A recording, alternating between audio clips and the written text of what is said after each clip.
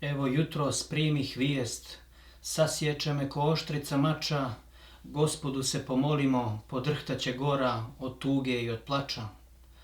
Pomiluj nas grešne i oprosti nam naše greške, jer sve što je zakon Božiji, prekršit se ne smije. Ti si svjetlost bio, djedo, i mnogo si toga znao, do vijeka pamtit će te gora crna, vjerom si nas obasjao. Litije si predvodio narod, dozvao si pun tuge i bola, nepravda obasja stotine brda i hiljade mora.